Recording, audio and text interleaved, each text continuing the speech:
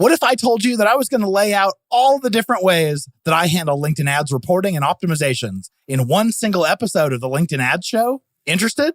Let's go.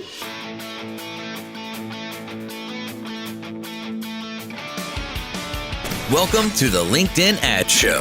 Here's your host, AJ Wilcox. Hey there, LinkedIn ads fanatics. One of the topics that we get the most questions on is reporting and optimization on LinkedIn. And it's simple enough to jump in and just build some ads, build some audiences. But that means at some point you have to analyze what you're doing and decide what's working and what to do differently. This is an episode that was requested by one of our subscribers, Mark Bassoni, who's a digital ads pro in Chester, England. And in this episode, we're going to go through how you can use all the data that LinkedIn provides, both within Campaign Manager, as well as some of the things that you can do once you get the data out of Campaign Manager and into Excel. And also, because building reports is such a visual thing, I'm going to do a series of videos on our YouTube channel where I walk you through how to build each of the different types of reports that I'm talking about. So make sure you click the link in the show notes to our YouTube channel and follow that so you can get notified when they get released.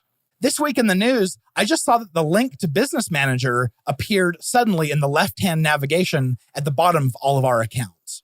So it may still be a feature that's rolling out if you don't happen to see it in your account yet, but it is coming and it's probably out for most. For those of you who don't know what Business Manager is, it is LinkedIn's answer to Google's MCC, or Multi-Client Center. Early on, it was a big challenge for agencies who advertised on Google because they would have to go and grant every one of their employees access to the Google Ads account. And what was especially painful is that once a Google Ads account was connected to an email address, that email address couldn't administrate or have access to any other Google Ads account. So Google came out with the Multi-Client Center, or MCC, and it's a group where you can have multiple accounts granted access to a single email address. And that's how agencies manage Google Ads. Facebook, lots of years later, came out with Business Manager, and LinkedIn's is very, very close to that. Obviously, LinkedIn is following in Facebook's footsteps most closely of all the platforms. And it's making it a lot easier for agencies to grant access to their team just by adding their team member to one Business Manager account instead of adding that same team member to every single LinkedIn ads account that you have. So this is something that the community has been asking for a long time, and it's a great release. I wanted to highlight a review that came in this week. It was left by Gabe Harris, who runs Fact Media, and they're a paid social agency out of Oakland, California. And I got to actually meet him when I was out on a trip to the Bay Area lots of years ago. Way cool guy. And he said, "Insightful, LinkedIn expert indeed. This podcast is like having a LinkedIn ad coach for free. I love how generous AJ and his guests are in sharing their knowledge and expertise. I love how he leads these experts to offer the best of their knowledge and experience to us listeners. Super insightful. We learn so much."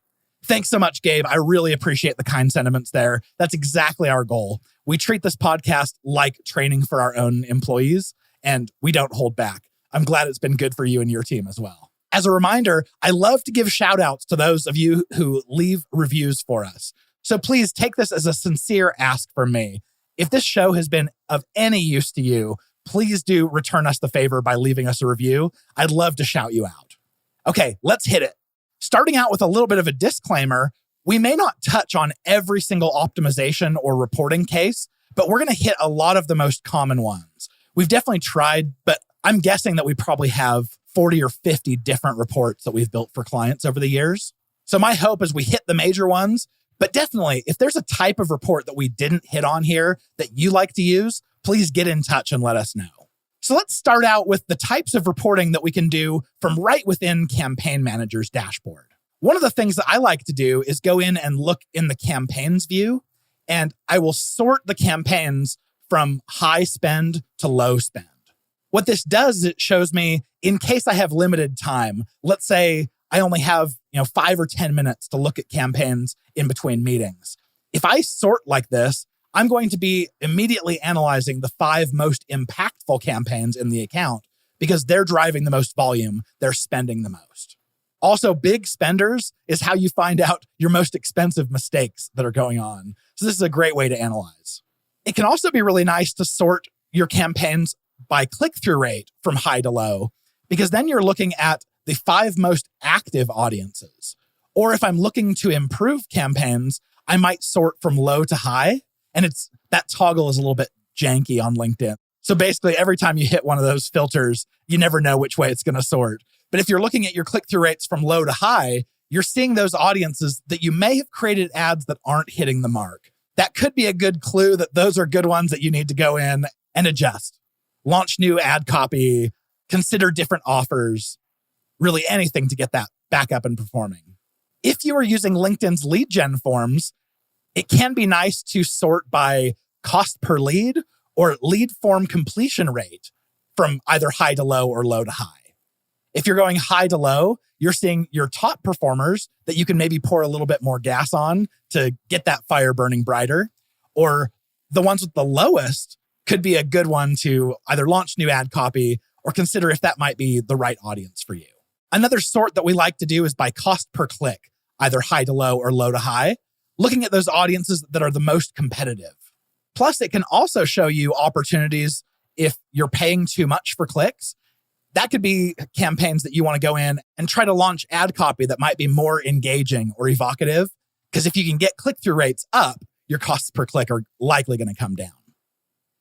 Now, you can go in and sort in Campaign Manager by ads the same way.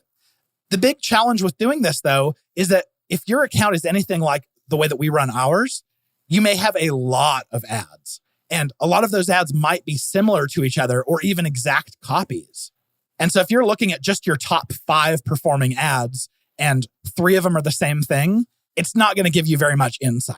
So in the second half of the show, we're going to talk about exporting to Excel and the type of ad analysis that you can do there. So we'll wait on that one. But if you are running a very small account with few ads, few campaigns, you can still do this from right within Campaign Manager. The next area that could be helpful to you is clicking on Performance Chart. Now, episode 52 goes into a lot of depth about what you can do with the performance chart, but I like to chart my click-through rate over time because that tells me if my ads are losing steam. People are tired of seeing them. They've saturated that audience, and I can actually see that in real time by charting over time. For budgeting purposes, it's also really helpful to chart your spend over time. If your account is really complex, it's a lot better to do this in Excel. But if you just need a quick look of like, oh, how is my account spending? Or how do my weekdays spend compared to my weekends? It's really nice to do that inside of Performance Chart. I also like to chart my costs per click over time to see, are my audiences getting more competitive? Am I paying too much for any sort of audience? It can be a really valuable one to look at. If you're using LinkedIn's lead gen form ads, I like to look at cost per lead or even lead volume over time. If you were using conversions on the website, this doesn't make nearly as much sense because there's oftentimes a lag in conversions showing up in the account or sometimes not even showing up at all as we're starting to understand what third-party cookies going away is doing for all of our advertising efforts. But anytime someone fills out a form, LinkedIn knows immediately. And so those lead counts are always accurate. Another reason why I don't want to use the performance chart to look at anything regarding conversions is that LinkedIn's definition of conversion is not one that I like to use. If you'll remember, LinkedIn's definition for conversions is all click conversions plus all view-through conversions. And I like to omit view-through conversions from my calculations. And so this is a lot better to do by exporting to Excel. And then you can use exactly the conversion that you want to use for that definition. One thing I wanted to try to chart inside of the performance chart is frequency. And what I was hoping to see is, as I continue advertising to an audience, how fast frequency climbs. Now, I might be dumb here, but I can't make sense of actually what that chart is showing. So if charting frequency over time in performance charts, if it makes sense to you, please do reach out and let us know how you use it. Like I said, I've wanted to use it. I just haven't found a good use case for it. Next, go and click into your ad demographics. And it's a button right next to performance chart, right there in Campaign Manager. We went into a lot of depth on the demographics in episode 54, but here's how we use it. So after we get feedback from a sales team, they'll oftentimes tell us which audience segments are making up higher quality leads or lower quality leads. So if we can look at the ad demographics and see how many of them are interacting with our ads, that could give us the ammo to go and add exclusion segments to our campaigns to get those lower quality folks out. We can also see which ones are high quality and try to boost those campaigns. It is really important that you have a closed feedback loop with your sales team. Make sure you have a strong relationship there. It's some of the best advice I can give you as an advertiser. Another way that we like to use the demographics is, let's say that you have a high click-through rate over the course of a campaign. You can go in and look at who is doing the clicking here. And that can give you a good idea of the personas. Maybe it's certain job functions who are doing the majority of the clicking, or maybe it's seniorities or job titles. But look at who is actually driving up your click-through rates. Are they the right people or the wrong people? Because if you have a really high click-through rate, but a low conversion rate, this is one way we can analyze and figure out why. It could be that the offer isn't attractive enough, or it could be your targeting, that you're not hitting the right people. They might get to your landing page and realize that it's not for them and disqualify themselves. So double check inside your demographics tab. If it looks like you're hitting the right people, then that might be a clue that your offer needs some work. Maybe optimize or change or adjust. But if you're not hitting the right people, your offer could be fine and you might not need to adjust anything there. Okay, here's a quick sponsor break, and then we'll dive into analyzing outside of Campaign Manager, my absolute favorite. The LinkedIn Ads Show is proudly brought to you by B2Link.com, the LinkedIn ads experts. If you're a B2B company and care about getting more sales opportunities with your ideal prospects, then chances are LinkedIn ads are for you. But the platform isn't easy to use and can be painfully expensive on the front end. At B2Linked, we've cracked the code to maximizing ROI while minimizing costs. Our methodology includes building and executing LinkedIn ad strategies customized to your unique needs and tailored to the way B2B consumers buy today. Over the last 11 years, we've worked with some of the largest LinkedIn advertisers in the world. We've spent over $150 million on the platform and are official LinkedIn partners. If you want to generate more sales opportunities with your ideal prospects, book a discovery call at b2link.com/apply. We'd absolutely love to get to work with you. All right, let's jump into the awesome analysis of ads and campaigns that you can do within Excel. So this may not be evident to everyone, but inside of Campaign Manager, you have that button that says Export. And if you're pretty good with Excel, chances are you've already used this button a lot. But we actually prefer exporting data rather than using LinkedIn's dashboard, just because the data is a lot easier to see at a bird's eye view, and it's a lot easier to digest. It's also a lot easier to chart over time because the performance chart is really limited in lots of ways. So here's how you actually get this data out. You click that export button in the upper right of Campaign Manager once you've selected the date range that you care about. Then it's going to ask you what kind of report. There are quite a few options there. So the two that I care about are ad performance and campaign performance. If I want to analyze my different ads, I go with ad performance. If I only care about the campaigns, then I'll do campaigns. Then it's going to ask you about your time breakdown. If you want to see trends over time, you need to do a time breakdown either by day or by month, and this will allow you to see your changes over time. But if you only need a snapshot of understanding like what happened during the month of August, for instance, then you can just do time breakdown all time. Your best friend in Excel is going to be a pivot table. A pivot table allows you to combine all of a certain type of something and have it automatically do all the calculations of adding all that performance together. So if I have 15 ads running in an account, but it's actually only 3 ads duplicated 5 times, with one pivot table, I can combine all similar ads into one entity, and then it will show me the performance of that ad all the way across the account rather than having to add them all together myself. With any sort of report that I build in Excel, I'm likely going to add the columns of spend, impressions, click-through rate, and cost per click. Spend is helpful to see what kind of volume something's driving. Impressions can be helpful in troubleshooting, but most of the time I'm going to use impressions in some ratio like click-through rate or cost per impression. Now, these are all metrics around the first hurdle that we talk about sometimes, where we're trying to understand how effective our ads are at getting attention. That's our first hurdle we need to get prospects over, is getting them to actually click on the ads. I like to use a color scale in Excel and color code each of these columns by low to high, so I can visualize a lot easier which campaigns tend to have higher costs or higher click-through rates. Then the columns I start to analyze on the second hurdle. The second hurdle is what we need to get prospects over, is to get them to take some sort of an action that we want, like to convert.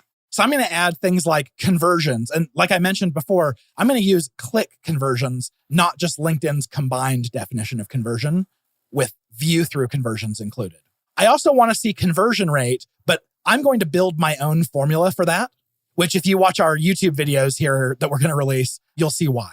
I also want to look at cost per conversion. Now, if the only data you have is data from LinkedIn's Campaign Manager, then this is as far as you go. You've got both of those hurdles, the click and engagement metrics, as well as the conversions metrics. And you can do some cool analysis here. But if you are a master advertiser, surely you've connected your LinkedIn ads data with your CRM data to allow you to do things like a calculation of what's my cost per marketing qualified lead, or my cost per sales qualified lead, or cost per proposal given, or cost per closed deal that will tell us my ROI. If I have that data, I also want to look at graduation rate from MQL to SQL, or SQL to proposal, or close rate, because that's going to teach me if I have one campaign that looks good on a cost per lead, but only 20% of MQLs are becoming SQLs, but my average is more like 50%, then I know there's something wrong with that audience, either the way that we're presenting to them, or the way we're targeting them, or the way that sales is nurturing them. It's also really nice to get counts of your number of MQLs or SQLs or proposals or closed deals from your LinkedIn ads efforts. And one of the coolest things about a pivot table in Excel is that you can just bring new metrics down into your pivot table to break out your audiences or break out anything that you care about to look at it separately. So for instance, if I'm looking at a whole bunch of campaigns, it's not going to be very meaningful to me if a text ad campaign has a really low click-through rate and a sponsored content campaign has a really high one. They're just not even on the same playing field.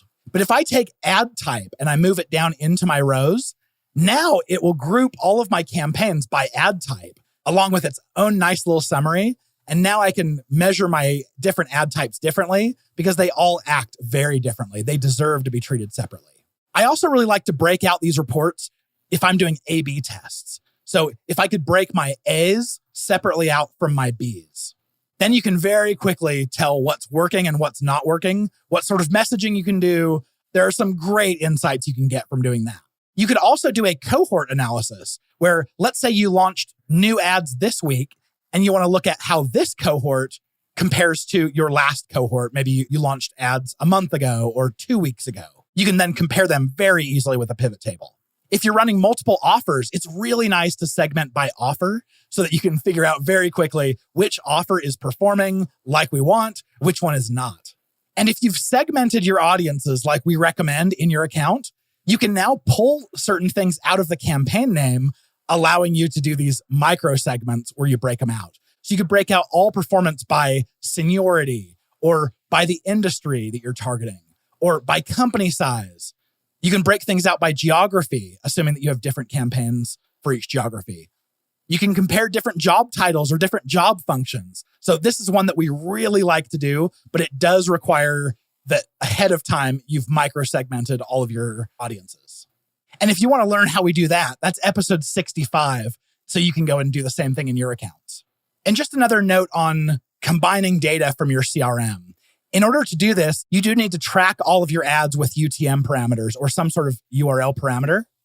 And that's how you can then marry your performance data from LinkedIn to your CRM data. HubSpot actually does a really good job of doing this naturally. So if you're already using HubSpot, you may already have this done for you without having to do anything else. On our own campaigns, we have UTM tracking and leads coming in, but sometimes we'll get leads that have no source UTMs. But we do have one extra barrier here. We ask on our form, how did you hear about us? And fairly regularly, we'll see people say that they heard about us from LinkedIn ads, but they didn't come in with tracking parameters. So what that tells us is likely people are seeing and maybe even clicking on the ads, but they're just navigating to our homepage and contacting us there. So it's nice that we don't have to pay for that click for sure if they're not clicking. But it does muddy our data a little bit because those leads aren't directly attributable to the exact ad or the exact campaign. But in marketing, we do have to get used to that. We do have some unattributable results. So just learn how to take that in stride. When we have this data, I do like to look at the different campaigns or audience segments that brought in closed won deals. If we're at the beginning of a campaign, we might not see closed deals happening super quickly because we're still pushing people through the funnel. But if we've been working with someone for a year, lots of times we're going to have plenty of that data that we can share. We can also see the individual ads or ad messaging that's driving either a lot of sales qualified leads or proposals or closed deals. We can see the campaigns or the audiences that tend to drive the highest quality. And of course, once you've been running long enough to have closed deals, then you can do that amazing ROI calculation. And that's done by just taking the closed deal value and dividing it by the spend. Your organization might want to do a fully loaded ROI calculation. So it's maybe what you're paying for a sales rep to close the deal, maybe what you're paying for an agency to manage it, maybe even your own salary as an internal employee. So just find out from your boss what sort of ROI calculation they want to see. So let's talk about some of the actual analysis that you can do. One of the things that we've done with one of our clients is they came to us with a goal. They wanted us to average a $40 cost per lead. And when we very first started working with them, they might have been up in the 50s and maybe even 60s. And over time, we've been able to optimize those down within range and even below their goal. But even if you don't know the goal that you want to work with, you can definitely just find your current average and look at the things that are performing below average and try to cut those out. And then look at the things that are performing above average and feed those. And what that's going to do is it's going to incrementally improve your performance. It's going to bring your average cost per lead or whatever metric that you're optimizing towards down steadily. So what we might do in this case, we might get a report of all of the different campaigns in the account into a spreadsheet.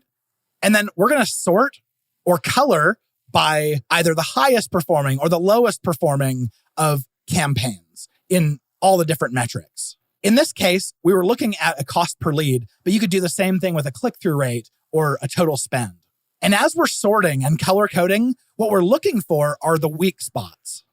Eric Jones, who's our director of marketing, told me, the reason why I love this is because it helps you find inefficiencies in your ad account. If you have certain campaigns or ads driving costs up or volume down, for example, you can improve account efficiency by pausing them or lowering bids and allocating your budget to those that are performing well. So Eric shared a couple of these levers, but think about what are the different levers in your account that control the weak spots that you've found. We did a whole episode on optimization tactics. So if you haven't listened to it already, go listen to episode 50. But likely what you're going to find is you have a handful of campaigns with really high cost per lead and a handful with really low cost per lead. And if you want to decrease your cost per lead, you'll want to increase the spend and volume on those that are performing really well, and then restrict the spend that's happening from the higher costs. And then your whole average cost per lead is going to drop. So what are those levers that you can pull? Well, if it's the high performers that you're looking to feed, can you possibly give them more budget? If they are budget restricted, this might be as simple as just increasing your budget on those high performing campaigns and you just get more coming out. Can you bid them higher without killing their efficiency? So let's say the cost per lead is 20% below average.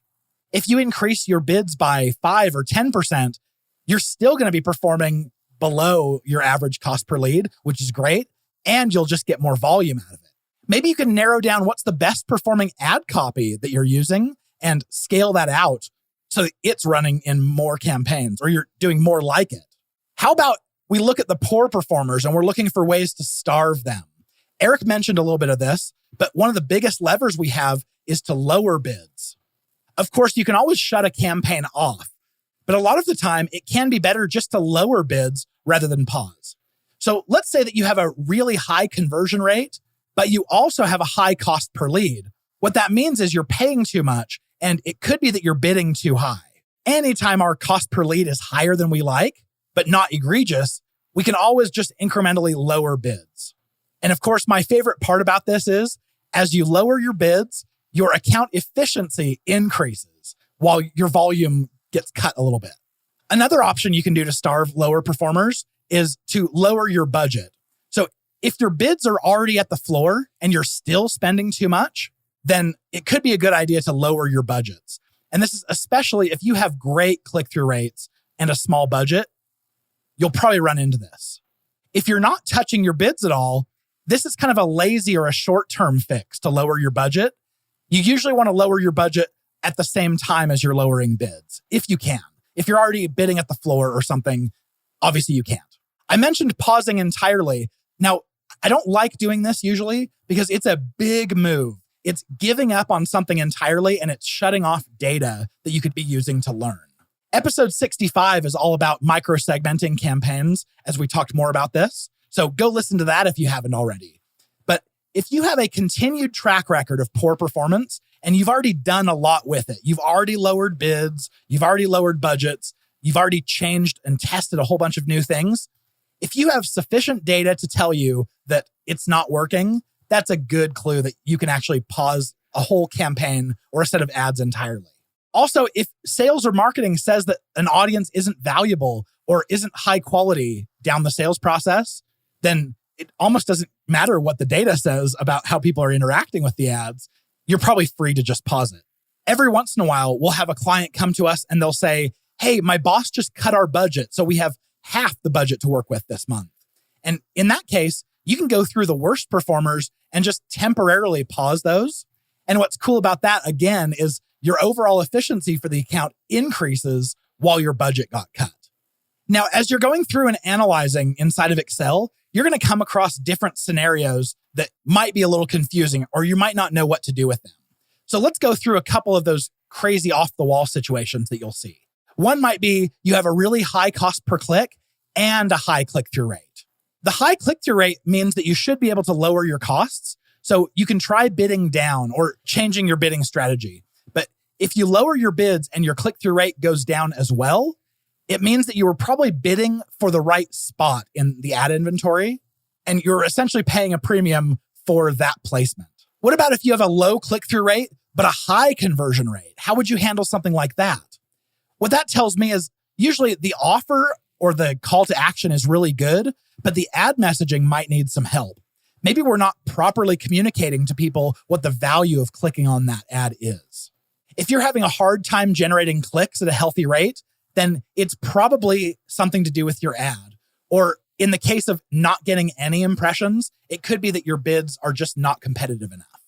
What about those high volume campaigns? So let's say that you have a strict volume goal. Your department is telling you we need 200 leads per month out of LinkedIn, for instance. Well, if you look and you have one campaign that's driving half of all of that, even if the cost per lead is higher than your goal, you might be okay just continuing to run that high volume campaign just to not disrupt your volume. In this case, meeting your goals is probably more important than account efficiency. But if you do need to adjust to get higher efficiency, make small adjustments to this campaign. You don't want to kill the golden goose that's laying all those golden eggs. You can try going into the other campaigns in the account and trying to improve performance there while leaving the big driver alone. What about if you have high performance, but you're not getting good volume from it? One of our most listened to episodes is episode 6 about bidding and budgeting. That is gospel that you should go and study if you haven't already. But in this case, one of the strategies you can use is going to increase your bids, because that's going to make you more competitive in the auction. And all of a sudden, your ads are going to be shown to more of the people in that audience that you might not be reaching. If you are budget constrained, which you definitely shouldn't be budget constrained if you're really on top of things, but if you are, it could be as simple as just increasing the budget on those high-performing campaigns that aren't getting enough volume. If it's due to small audience size, let's say the audience that you're targeting has really good performance, but there's only 3,000 people in that audience. One thing you could do is you could go try to increase your audience sizes. Now, I'm not recommending that you target people who aren't relevant to your audience, but if you can find people who are still relevant that you can add to the audience, all the better. You could also go and test into new audience segments. So analyze the targeting that you're using and see if there's any type of targeting that you're not using to reach your ideal customer profile. If it's a click-through rate issue where you're not getting enough traffic from an audience, you could go and borrow what's working well in other campaigns. Maybe there's different ad copy or different offers there that are getting a higher click-through rate, and you could move them over and test them to this audience. Now, most of that analysis that I'm talking about has been around campaigns, but like I mentioned earlier, you can analyze your different ads as well. So pivot tables are definitely going to be your friend here. I like to add either the intro or the headline, whatever is staying the same across all of the different ads you're running. I like to add them into my columns. Now I'm combining the performance of each ad individually to compare against the other ads. Then I'm going to be comparing things. Whatever A/B test I'm running, but I'm going to be comparing like motivation against motivation or call to action versus call to action, image versus image, all kinds of different things. And go back and listen to episode 36 that's all about A/B testing if you want more ideas there. All right, I've got the episode resources for you coming right up, so stick around.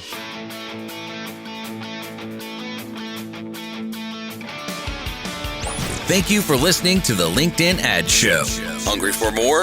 AJ Wilcox, take it away.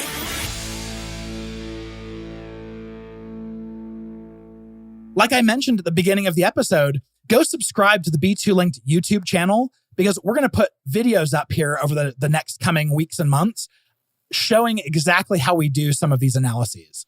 I wanted to talk you through it here, but obviously it's a very visual thing to be working inside of Excel. So go subscribe to the YouTube channel and get notified as they come out. We also released a blog post all about navigating the LinkedIn Campaign Manager dashboard. So if you don't know where to click on some of these things, check out the link for that in the show notes below. Go read that blog post. It'll be a great one. The episodes that I mentioned here in this episode, there's the performance chart, that's episode 52. There's the ad demographics episode, that's episode 54. There's audience segmentation, episode 65. There's optimization strategies, that's episode 50. There's bidding and budgeting, which is episode 6. And of course, the one we just most recently mentioned is the A/B testing episode, episode 36. Now, if you or anyone you know is looking to learn more about LinkedIn ads, go check out the course that I did with LinkedIn Learning. It is by far the highest quality and the lowest cost course out there. You can't go wrong. The link for that is right in the show notes below. Also, if you liked what you heard, it probably goes without saying, but do subscribe on using whatever podcast player you're on.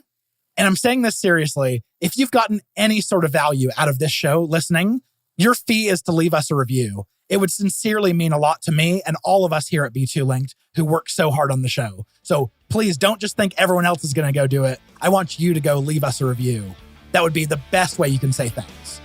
With any questions, suggestions, corrections, anything, reach out to us at podcast@b2linked.com. And with that being said, we'll see you back here next week, cheering you on in your LinkedIn Ads initiative.